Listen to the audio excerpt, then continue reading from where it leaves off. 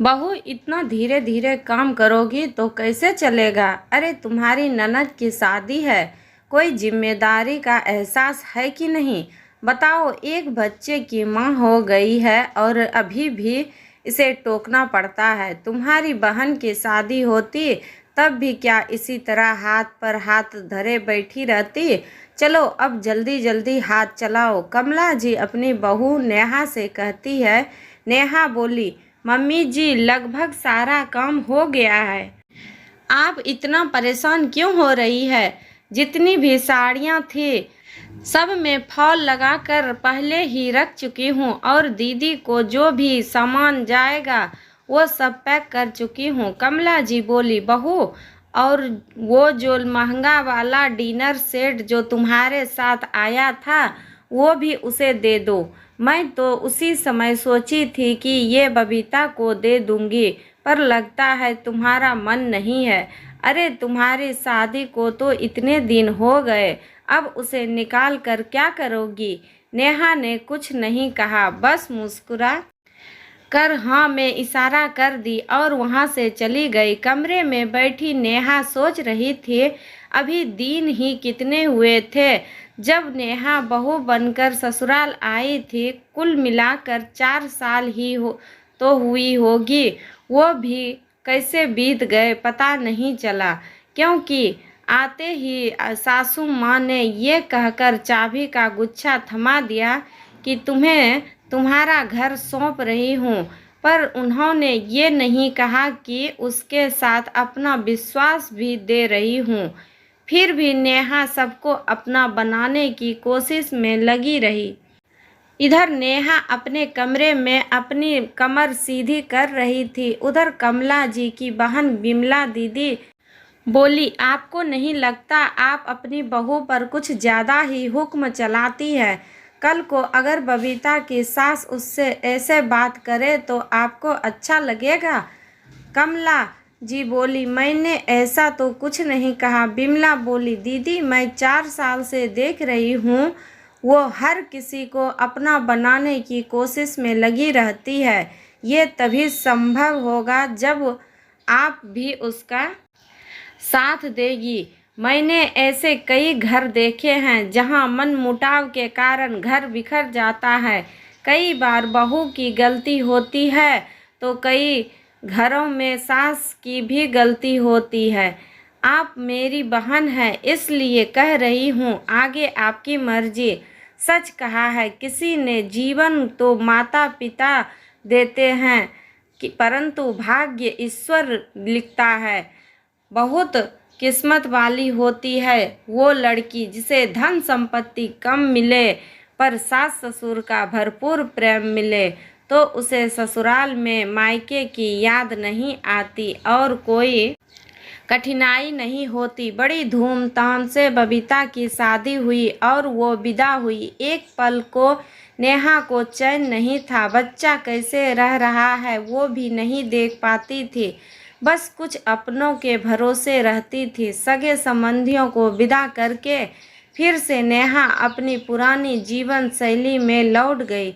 पति दफ्तर जाते, बेटा स्कूल जाता और वो घर और सास की जिम्मेदारी को निभाती और उम्मीद रखती कि एक रोज ससुराल में भी उसे मायके जैसा ही प्यार मिलेगा।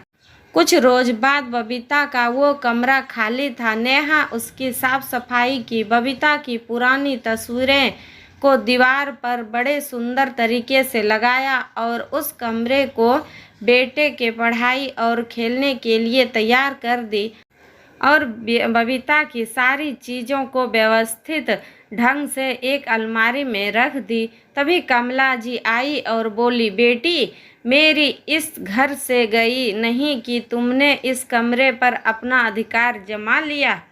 अरे आगे चलकर सब कुछ तो तुम ही लोगों का होने वाला है, पर अभी से अधिकार जताने की क्या ज़रूरत है? नेहा बोली, नहीं मम्मी जी, ये हमेशा दीदी का ही कमरा रहेगा। बस मैंने इसमें बंटी के खिलौने और कुछ किताबें रख दी है ताकि अभी से उसे आदत लगेगी अलग कमरे में पढ़ने की। कमला जी पोते और को प्यार करते हुए बोली, चलो अच्छा है, बुआ के कमरे में रहने से उसकी आदतें इसमें आएगी। आखिर इसकी अपनी बुआ है तो ये गद्दारी नहीं करेगा, वरना आजकल की भाभी ननद के जाते हैं पर हर चीज़ को अपने नाम करवाना चाहती है। तभी तो मेरी बेटी को इस घर से इतनी जल्दी भेज दिया। नेहा मुस्कुराते हुए बोली, मम्मी इन 4 सालों में मैं इस घर को और आपको अपना बनाते बनाते अब थक गई हूँ। मैं तो इस घर को ही अपना मानती हूँ। अब ऐसा क्या करूँ आप मुझे अपना मान ले। मैं कुछ भी कर लूँ, आप कभी खुश नहीं होती। इतना कहते हुए नेहा की आंखें नम हो गई। कमला जी बोली, बहू मैं ये सब तुमसे ऐसे ही नहीं कह रही हूँ। पिछले 4 साल से देख रहा हूँ मेरे मानव में कितना परिवर्तन आया है। पहले वो माँ बहन सब के लिए वक्त निकालता था और अब उसे तुम्हारे बताए हुए कामों से फुर्सत ही नहीं मिलती। तो और क्या कहूँ, तुमने मुझे माँ समझा ही नहीं। अगर माँ समझती तो मेरी ये तकलीफ़ भी समझती। नेहा बोली, मम्मी जी माफ़ी चाहूँगी, पर आप माँ मानने की बात कह रही हैं तो मैं तो आपको पहले दिन से माँ समझती आ रही हूँ। जब तक आप बहू को बेटी ही नहीं समझेगी तो हमारा रिश्ता मजबूत कैसे बनेगा। आपने कभी ये बात अपनी बेटी से खुलकर पूछी कि आखिर उन्होंने शादी के लिए एक बार में हाँ क्यों कह दी? क्योंकि उन्हें वो लड़का एक बार में पसंद आ गया था। आपको बताने में शर्मा रही थी। फिर नेहा ने कमला जी को सारी बात बताई। शाम को मानव दफ्तर से लौट कर आए। नेहा की आंखें लाल देखकर बोले, क्या बात है, तुम दुखी क्यों लग रही हो? वहीं बैठी कमला जी व्यंग करते हुए बोली, हाँ हाँ, अपनी माँ की परेशानी नहीं दिखती, बीबी की लाल आंखें दिखती। मानव बोले, माँ ताली एक हाथ से नहीं बजती। 4 सालों में मैं आपकी बहू को इतना तो जरूर जान गया हूँ कि ये कभी भी किसी चीज़ की शुरुआत नहीं करेगी। अगर आप दूसरों घरों की परेशानियों को अपने घर में नहीं देखना चाहती है तो थोड़ा बहुत आप दोनों को समझौता करना ही होगा, वरना आप दोनों का रिश्ता टीवी की सास बहू वाला ही रहेगा। इतना कहकर मानव चला गया। धीरे धीरे समय बीतने लगा। नेहा अपनी कोशिशों में लगी रहती। जब कभी टूटने लगती तो उसकी माँ समझाती, बेटा एक अच्छे परिवार को बसाने में औरत को बहुत कुछ सहना पड़ता है, तभी तो सुखी संसार बसता है। समझती हूँ घर में कुछ लोग अभी भी तुम्हें अपना नहीं बना पाए हैं, पर मुझे विश्वास है अपनी बेटी पर कि वो पत्थर को भी मोम बनाने की क्षमता रखती है। पति को और कुछ लोगों को प्यार और प्रोत्साहन से नेहा की जिंदगी आगे बढ़ने लगी। देखते ही देखते बहुत समय गुजर आया। अब तो बेटा भी नेहा से ऊंची कद का हो गया था और दादी की आंखों का तारा बन गया था। एक शाम नेहा मानव से बोली, आपकी बहन की 15वीं सालगिरह आ रही है, याद है कि नहीं? क्यों ना उन्हें कुछ अच्छा उपहार दिया जाए, आप क्या कहते हैं? ऐसे तो मम्मी जी अपनी तरफ से जो देना होगा देगी, पर हमारा भी तो कुछ फर्ज बनता है। मानव बोले, तुम भूल रही हो कि हमारा बेटा अब पढ़ाई में ऐसे मोड़ पर हैं जहां पैसे ही खर्च होंगे, और अभी तो महीना का आखिरी समय चल रहा है, ऐसे ही हाथ तंग है। उस पर से तुम अच्छा उपहार देने की बात कह रही हो। अरे माँ जब दे रही है तो हमें अलग से देने की क्या ज़रूरत है? तुम कितना भी कर लो तुम्हारे लिए उनकी सोच बदलने वाली नहीं है। अब तो हार मान जाओ। वो बोली, इतने सालों में हार नहीं मानी तो अब क्या मानूंगी। हाँ, अपनी बहू के लिए के आने से पहले अपनी सास की बहू कम बेटी बन जाना चाहती हूँ तो क्या ज़्यादा चाहती हूँ। अब तो माँ भी नहीं रही जिससे कुछ सलाह लूँ, इसलिए आपसे कुछ पूछ रही हूँ। मुझे याद है माँ हमेशा कहती थी अपना फर्ज निभाती रहना। सोचने वाले तुम्हारे बारे में क्या सोचते हैं ये सोचकर अपना मन कभी दुखी मत करना और खुश रहना। दूसरों की बातों से अपना मन दुखी अब मैं नहीं करती।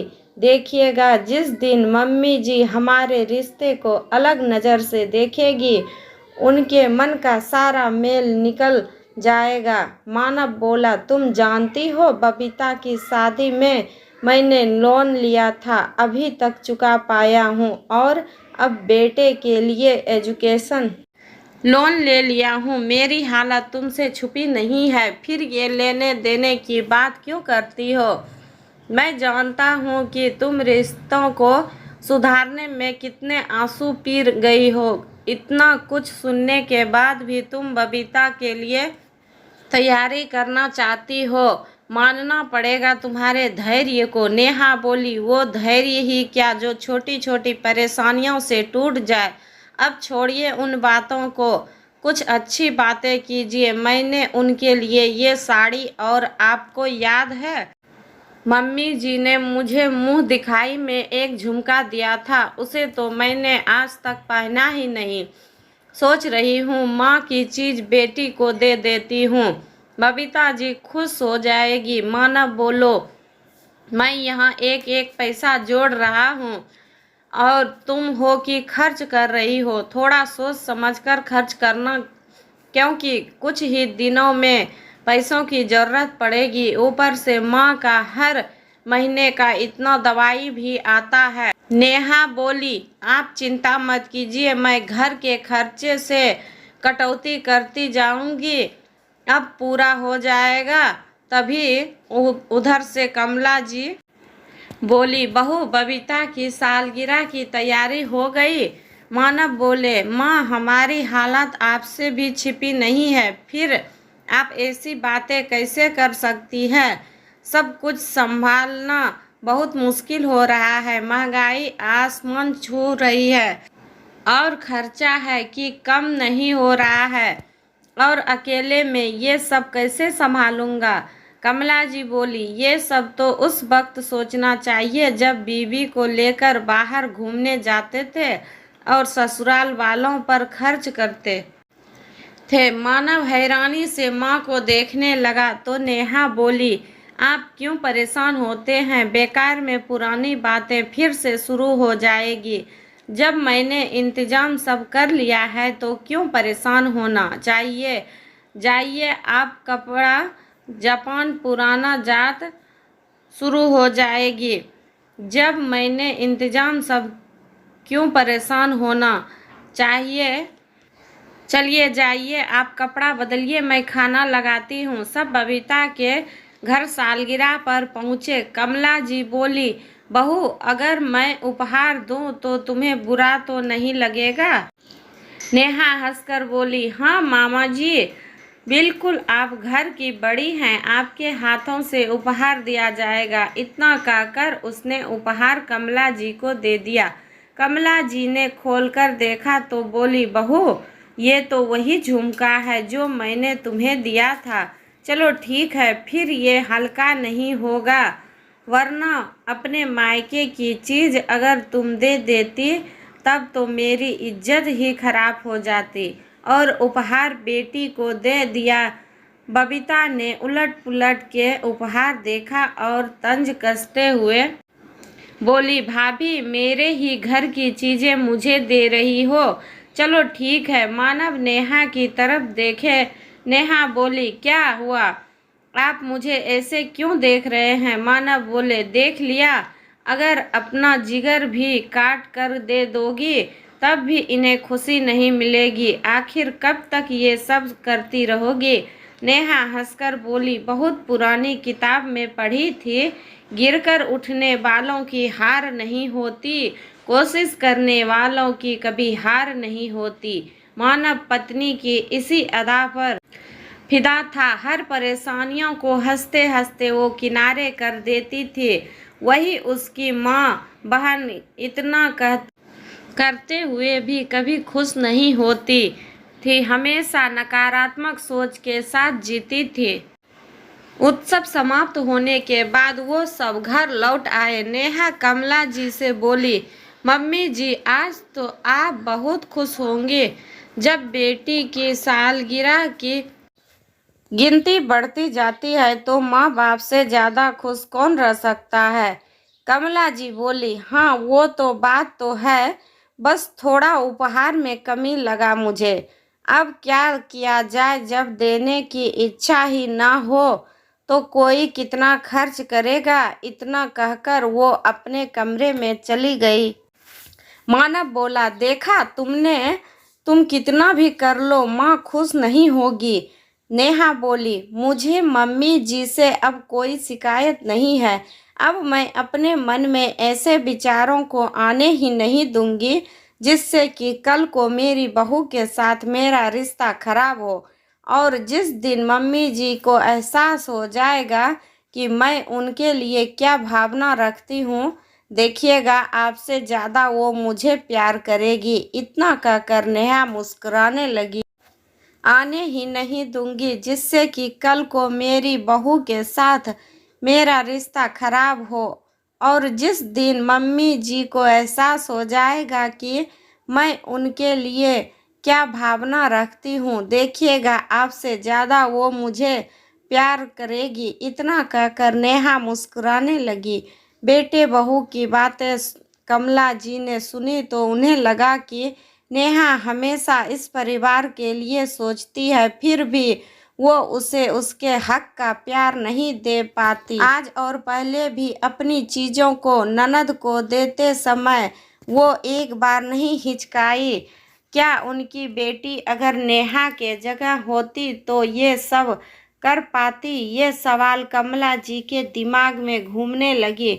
अगले दिन मानव दफ्तर जाने लगे तो माँ के पास आकर बोली, माँ नेहा को आपको अपना बनाते बनाते नहीं थकी, पर अब मैं थक गया हूँ। अब कम से कम दूसरों के बारे में छोड़कर अपनी बहू के बारे में सोचना शुरू कीजिए, क्योंकि कल को वो भी सास बनेगी तो उसे क्या आप सिखाना चाहती हैं कि वो अपने बहू के साथ कैसा व्यवहार रखे। उम्मीद करता हूँ आप उससे अच्छी ही सीख देंगे, क्योंकि मेरी माँ दुनिया की सबसे अच्छी माँ है। इतना कहकर मानव दफ्तर चले गए। कमला जी सोचने लगी, सच में अगर बहू की जगह बबीता होती तो उनके कहने पर भी वो अपनी चीज़ें दूसरे को नहीं देती। कुछ सोचते हुए कमला जी अपने कमरे में गई और कुछ ढूंढने लगी। कुछ घंटे बाद पूजा पाठ करके वो नेहा के पास गई और बोली, बहू ये तुम्हारे लिए है। नेहा आश्चर्य से बोली, ये क्या है मम्मी जी? कमला जी बोली, आज तक मैंने तुम्हें कुछ नहीं दिया और अगले महीने तुम्हारी भी तो सालगिरह आने वाली है, तो मैं सोचा पहले ही कुछ दे देती हूँ। पता चला कहीं मेरा दिमाग मेरे दिल पर हावी ना हो जाए। इतना कहकर वो हंसने लगी। नेहा ने जब डब्बा खोलकर देखा तो उसमें एक सुंदर सा झुमका था। कमला जी बोली, बहू तुम कहती हो ना कि मैं बस तुम्हारी सास बनकर रह गई, माँ नहीं बन पाई। आज ये मैं तुम्हें देकर कह रही है कि ये झुमका तुम्हारे लिए ही बना है। इसमें मेरे जीवन भर का प्यार छुपा है जो आज तुम्हें दे रही हूँ। कमला जी के इतना कहते ही नेहा उनके गले से लग गई। उस दिन तो नेहा के कदम जमीन पर ही नहीं पड़ रहे थे। शाम को जब मानव घर आए तो देखा नेहा गुनगुना रही थी। जब उन्होंने सारी बात पूछी और नेहा ने बताई तो मानव आश्चर्य से बोले, ये बदलाव कैसे आया? नेहा बोली, मेरे इंतजार से आया। और कैसे आया? आखिर मैंने मम्मी जी को सास से माँ बना ही लिया। और ये देखिए, मम्मी जी ने ये बैंक के कागजात दिए हैं। बोलिए कि जितना भी लोन है उसे खत्म करो और मेरे बेटे को आज़ादी से जीने दो। मानव की आंखों में आंसू आ गया और वो तुरंत जाकर माँ के गले लग गया और बोला, माँ, आपके अंदर ऐसा बदलाव कैसे आया? कमला जी बोली, बेटा, सामने वाला अच्छा व्यवहार रखे तो कोई भी इंसान कितने दिन नाराज रहेगा। लो, मैं भी बहू की तरह बन गई। मानव बोले, माँ, सही मायने में आज मैं बहुत खुश हूँ। मुझसे ज़्यादा खुश और कोई हो ही नहीं सकता। माँ की मदद से मानव ने बबीता की शादी में लोन बेटे को पढ़ने के लिए बाहर भेजा चुकाया। और वो दिन था और आज का दिन जब कमला जी ने नेहा के बारे में एक शब्द भी गलत नहीं कहा। अब वो हमेशा नेहा की ढाल बनकर रहती थी। एक लड़की को ससुराल में इससे ज़्यादा और क्या चाहिए? मित्रों, हर घर में ऐसी घटना हो जरूरी नहीं है, परंतु अगर थोड़ा धैर्य रखा जाए तो रिश्ते सुधर भी जा सकता है। मानती हूँ, धैर्य की कोई सीमा नहीं होती। कई बार लड़की ससुराल वालों को अपना बनाते बनाते थक जाती है और रिश्ते टूट जाते हैं, पर ये कोशिश दो तरफा होनी चाहिए।